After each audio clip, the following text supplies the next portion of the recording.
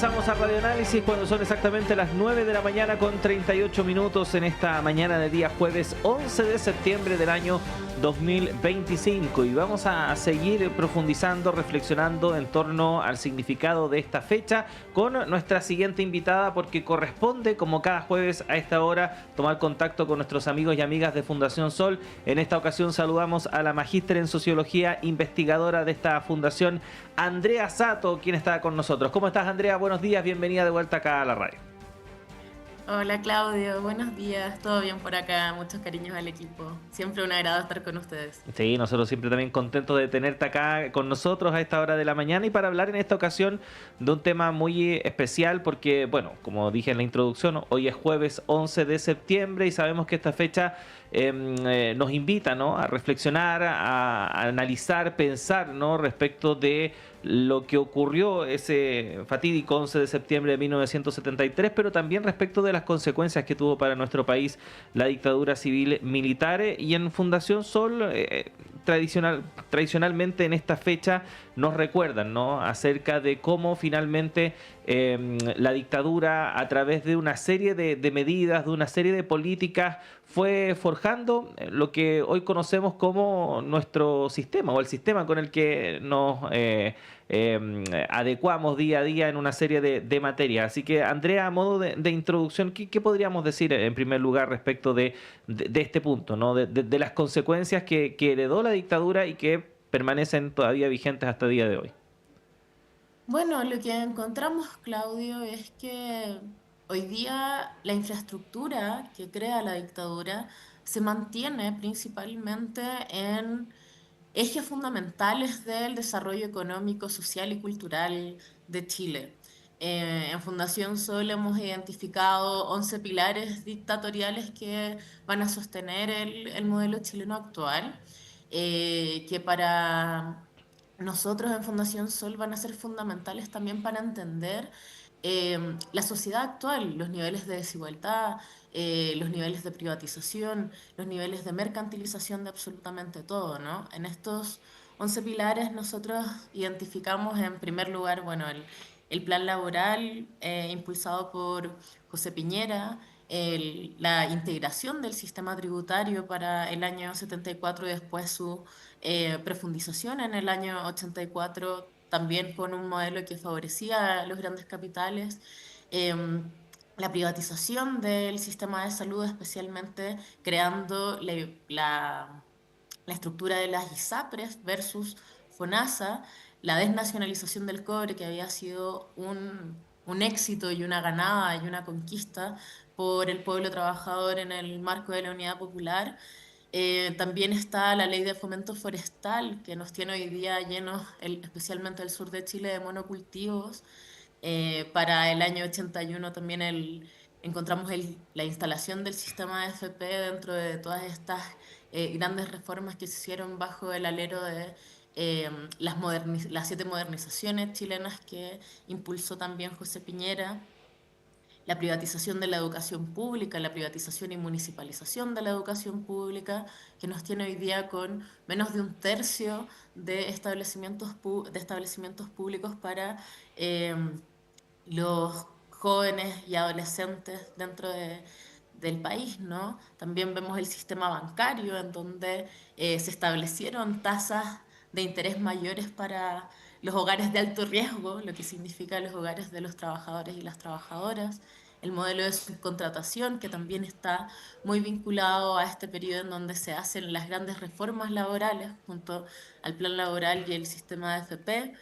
La privatización del agua, principalmente a través del Código del Agua y por último algo que no hemos podido desmantelar, que sigue siendo un pilar fundamental para mantener este modelo y esta infraestructura dictatorial, es la constitución política realizada en Chile en el marco de la dictadura, ¿no? Entonces, desde Fundación Sol observamos estos 11 pilares, consideramos que siguen aún vigentes y que siguen teniendo consecuencias directas en la vida de las personas, consecuencias directas también especialmente en la vida de la clase trabajadora, que han sido quienes han sufrido las consecuencias de un modelo que se privatizó, de un modelo que se mercantilizó y que finalmente se abrió a los mercados en pos de la integración económica mundial sin tomar en cuenta los niveles de desigualdad, los niveles de precariedad, los niveles de, em,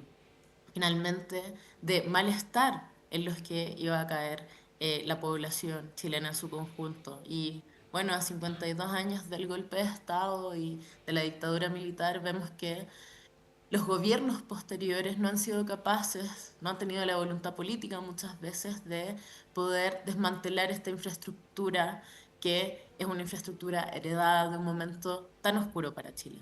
Ujú.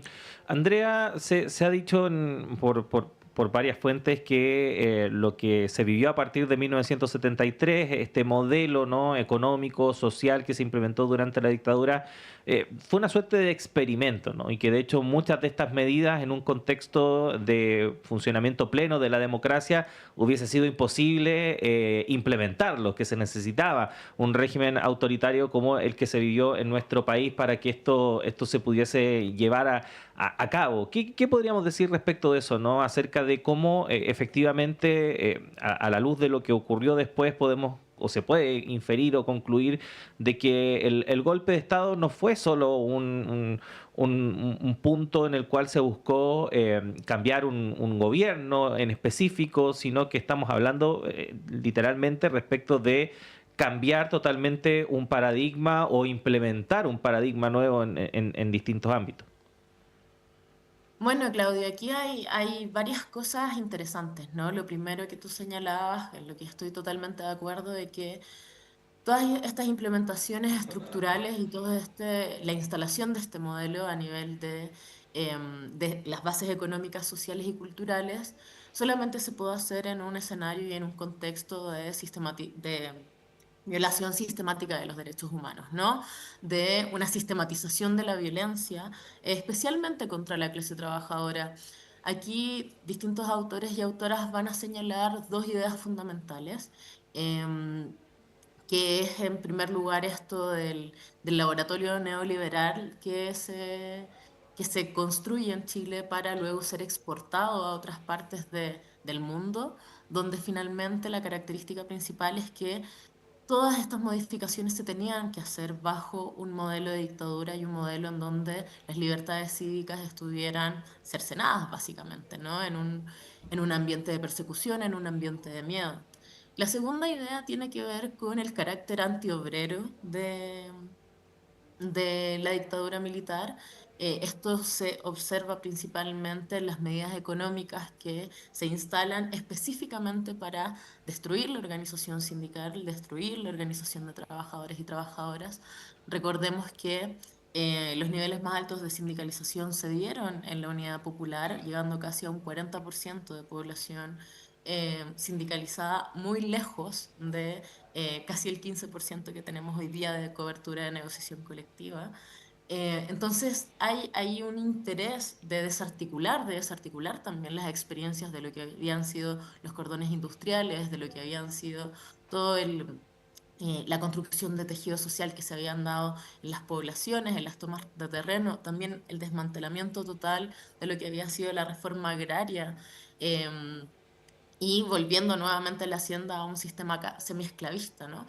En ese sentido, esta idea de un modelo, de una dictadura antiobrera, que lo que buscaba era, como distintos autores y autoras han referido, era la restauración del poder de la clase oligárquica, finalmente tenía un objetivo central, que era poder dejar sin poder a la sociedad civil, dejar sin poder a quienes habían sido los promotores de las transformaciones desde abajo, que eran los trabajadores, las trabajadoras, los pobladores, las pobladoras, los estudiantes, y que finalmente también se instalara en Chile un modelo que no pudiera tener, que no se pudiera detener, ¿no? Que no tuviera ningún tipo de resistencia, principalmente porque estábamos bajo un sistema totalmente autoritario, basado en el miedo, basado en la persecución.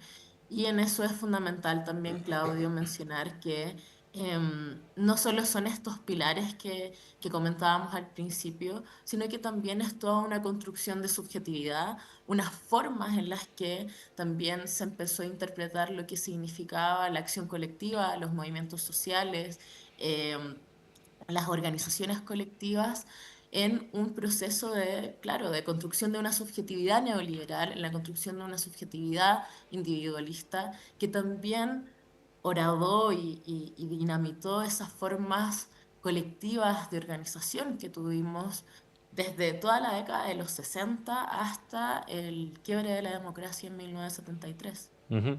Andrea, estamos conversando con la investigadora de Fundación Sol, Andrea Sato, a propósito de este nuevo 11 de septiembre y de una serie de pilares, ¿no?, que se construyeron durante la dictadura civil-militar y que sostienen el modelo que actualmente conocemos y que vivimos y experimentamos en nuestro país. Andrea, ¿qué tan sólidos son estos pilares? Porque efectivamente han pasado 52 años desde el 11 de septiembre de 1973, 35 años desde que terminara la dictadura y estos pilares se mantienen ahí bastante firmes y estamos hablando ya de generaciones de ciudadanos, de personas que no conocen otro sistema. Han nacido, se han desarrollado sobre la base de este sistema y muchos de ellos no conciben otro que no sea el que se implementó finalmente durante la dictadura. ¿Qué tan sólidos son estos pilares y cómo poder proyectarnos a partir de eso?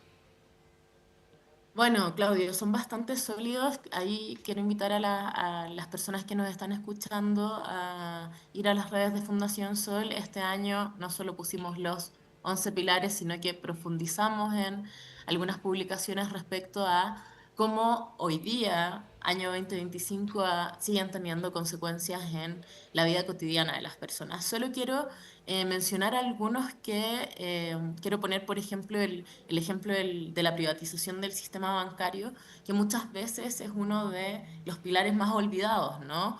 Por ejemplo, se privatizan los bancos, excepto el Banco Estado, para el año 1975 y se empieza en un contexto de liberalización de la economía junto a la entrada de bancos extranjeros a el país.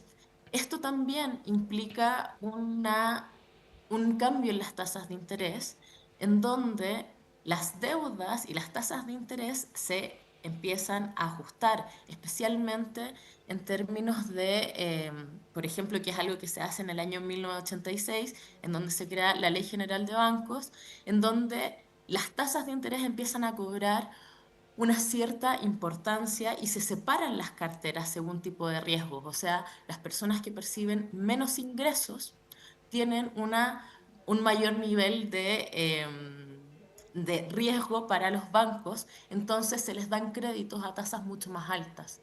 Esto también va a ser lo que va a allanar el camino, por ejemplo, a todo lo que va a ser la instalación de nuevas formas de financiarización de la economía. Estas cuestiones muchas veces no las quiero ponerlo como ejemplo porque finalmente estas cosas no las sabemos, ¿no? No sabemos que la Ley General de Bancos habilitó que se segmentaran las carteras en según tipo de riesgo y que por tanto los trabajadores y trabajadoras de menores ingresos tengan que pagar más altas tasas de interés, lo que hasta el día de hoy, Claudio, tiene a casi 4 millones de trabajadores y trabajadoras endeudados, morosos, y donde vemos que casi el 25% de las personas mayores de 18 años están en mora, ¿no? O sea, son personas que no logran pagar sus deudas, principalmente por esta lógica que se instala en dictadura, por esta lógica cruel que se instala en dictadura, en donde las personas no van a poder acceder, las personas de más bajos ingresos no van a poder acceder a créditos que sean justos, ¿no? Sino Mm. que a tasas de interés abusivas. Todas esas cositas van teniendo impacto en nuestra vida cotidiana. Lo que, por ejemplo, estamos viendo también con un sistema tributario en donde en 1984 se crea el Fondo de Utilidades Tributarias en donde se permite que los grandes capitales paguen menos impuestos y que hoy día este sistema semi-integrado que tenemos en términos tributarios impacta directamente al bolsillo de los trabajadores y trabajadoras y sea básicamente el IVA en un modelo tributario totalmente regresivo, ¿qué paga más en este sistema, ¿no? Versus los grandes capitales. Entonces, y ahí se junta, por ejemplo, el royalty minero con la nacionalización del cobre. Lo interesante, Claudio, y lo que queremos hacer con este ejercicio también de este ejercicio de memoria es evidenciar que la dictadura no acabó en el plebiscito, que no acabó con el gobierno de Patricio Aylwin, que muchas de sus reformas, de su modelo, de su infraestructura se mantiene hasta el día de hoy y tiene consecuencias directas en la vida cotidiana de cada uno de nosotros y que es necesario también, como un acto de reivindicación de memoria, observar cómo esos pilares se mantienen y finalmente buscar de forma colectiva transformarlos. Ujú. Sin ninguna duda, Andrea, y por lo mismo la invitación nuevamente es a que visiten las redes sociales de Fundación Sol, su sitio web fundacionsol.cl para profundizar en todo esto que nos está contando hoy Andrea Sato en contacto con nosotros acá en Radio Análisis. Andrea, agradecerte como siempre el tiempo que tienes para conversar con nosotros, con nuestros auditores y te esperamos pronto. Un abrazo. Un abrazo, Claudio, un abrazo a todo el equipo. Ahí ya nos vemos pronto. Que Nos estén vemos. bien. Que estés bien. Adiós. Ahí estaba Andrea Sato, entonces, investigadora de Fundación Sol, conversando con nosotros a esta hora de la mañana respecto de estos pilares que la dictadura civil militar construyó para comenzar a edificar, ¿no?, lo que conocemos como el modelo social económico chileno. 9 de la mañana con 54 minutos. Con esta conversación despedimos esta primera edición de Radio Análisis. Muchas gracias por acompañarnos esta jornada. La invitación es a que siga en la sintonía de Radio Universidad de Chile y todas sus plataformas. Ya llega en minutos Nicolás Rojas y Semáforo, pero si nos acompaña a través de la red de radios que piensan y el canal de televisión Uchile TV, acompaña también la programación que tienen preparada para hoy. Más noticias a las 13 horas en la segunda edición de Radio Análisis junto a Diana Porras, antes en nuestros boletines informativos y a cada instante en nuestras plataformas en internet, partiendo por nuestro diario electrónico radio.chile.cl. Gracias a todo el equipo, nos reencontramos mañana, que estén muy bien. El Departamento de Prensa de Radio Universidad